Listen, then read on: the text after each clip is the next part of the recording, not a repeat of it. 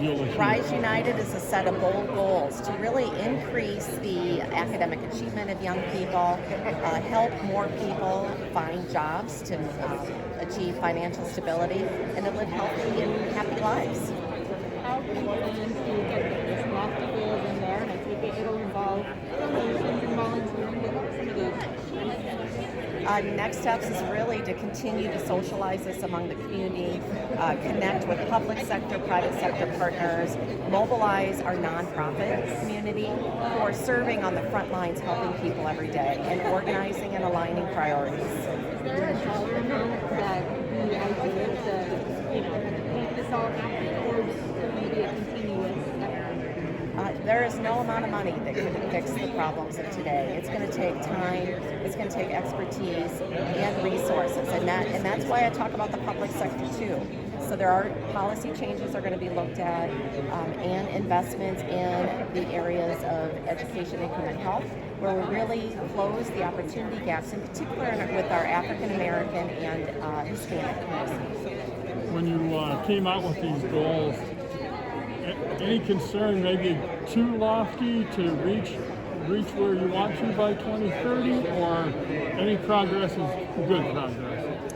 We think these goals are achievable. We've looked at data, we've dug in, we've consulted with content experts, and we think if we can align resources of people, expertise, money, and priorities across the region, we believe they're achievable. Can you talk a little bit about maybe some of the existing initiatives that are underway tied to these goals and what it will take to meet them by 2030?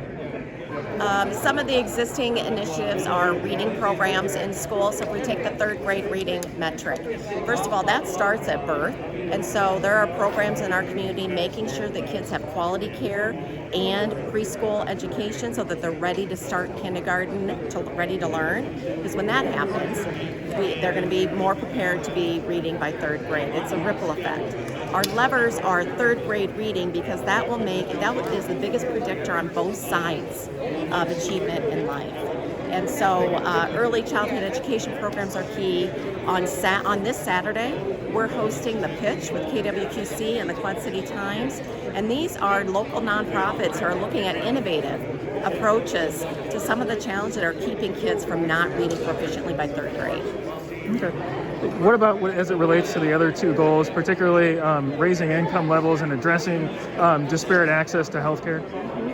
On the living wage side, we need to work with underemployed and unemployed individuals to provide the training and skills needed so that they can get a living wage jobs. And we do that through funding, partnering, collaborating with nonprofits that work in that lane, like IJAG, our community colleges, our local union apprentice programs.